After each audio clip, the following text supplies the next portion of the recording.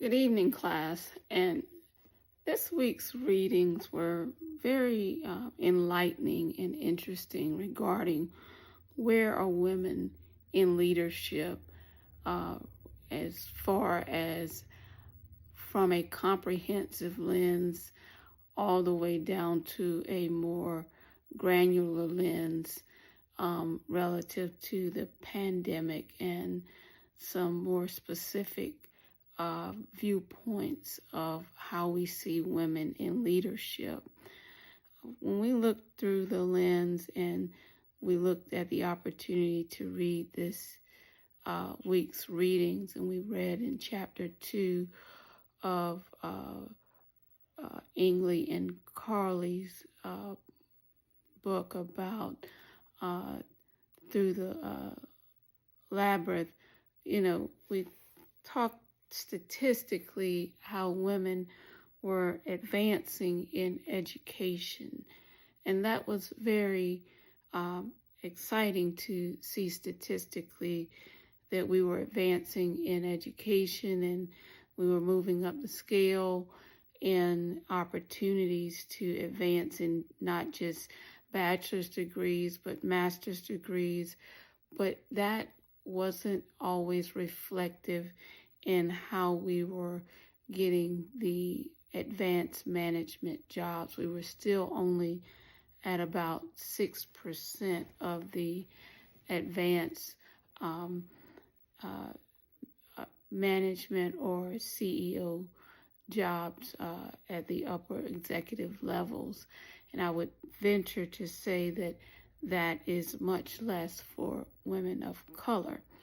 But if we also looked at the other reading about for Deborah Rose and the introduction section of women in leadership, her book really fosters a lens that explores the different opportunities and angles to look at how women approach leadership through the lens of politics, management, law, academia, and on boards.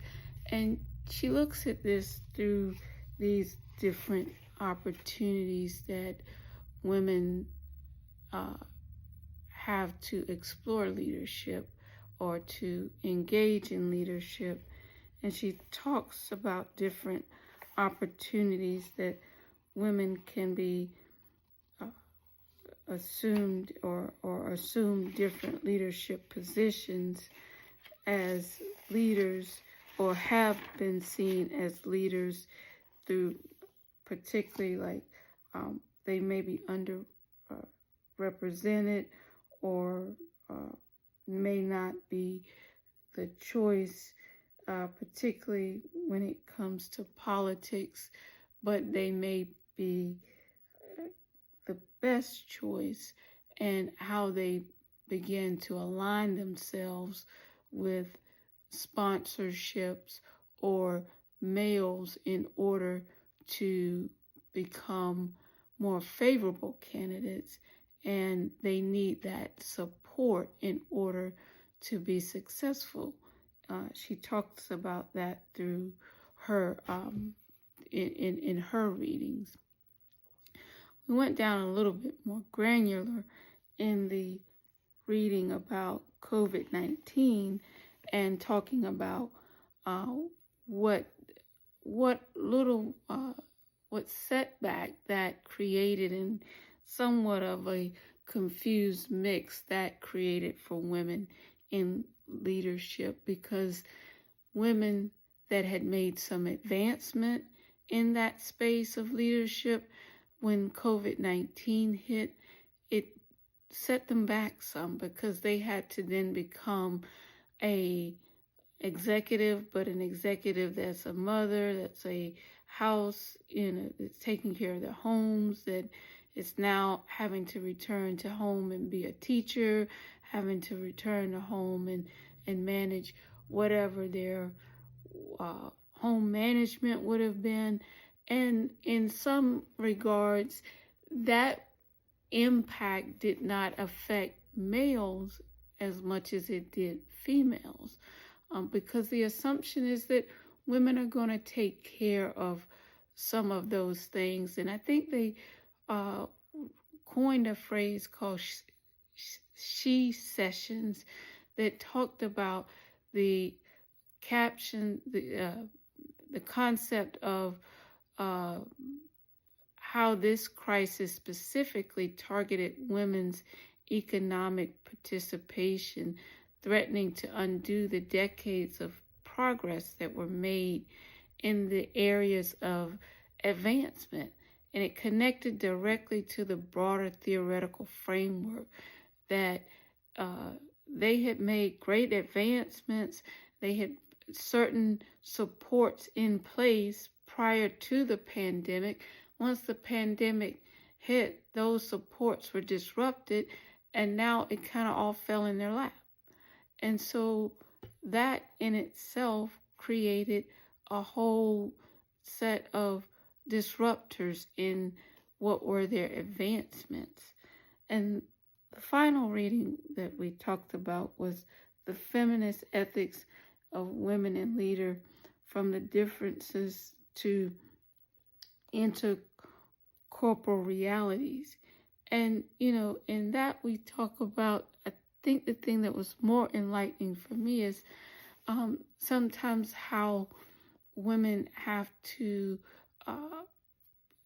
entertain the concept of intercorporeality instead of focusing on individual leadership traits. They have to, the purpose of understanding leadership as it emerging from relationships between embodied beings, they shift attention to what makes women different leaders, or sometimes how can leadership be reimagined as a collective or a rational practice, a relational practice. And it also gave an example of, sometimes they may have to put on a more masculine front sometimes in order to be a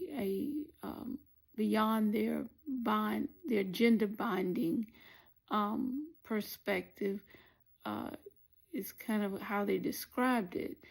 So again, women have to, and I would, maybe call that a trait of code switching, but women have to do some different things in order to emerge into leadership and sustain into leadership. And I would leave you with this point, not just women, but I would say women of color have to probably do the most in this space than probably any other population within this scope of leadership. Thank you so much for listening to my response.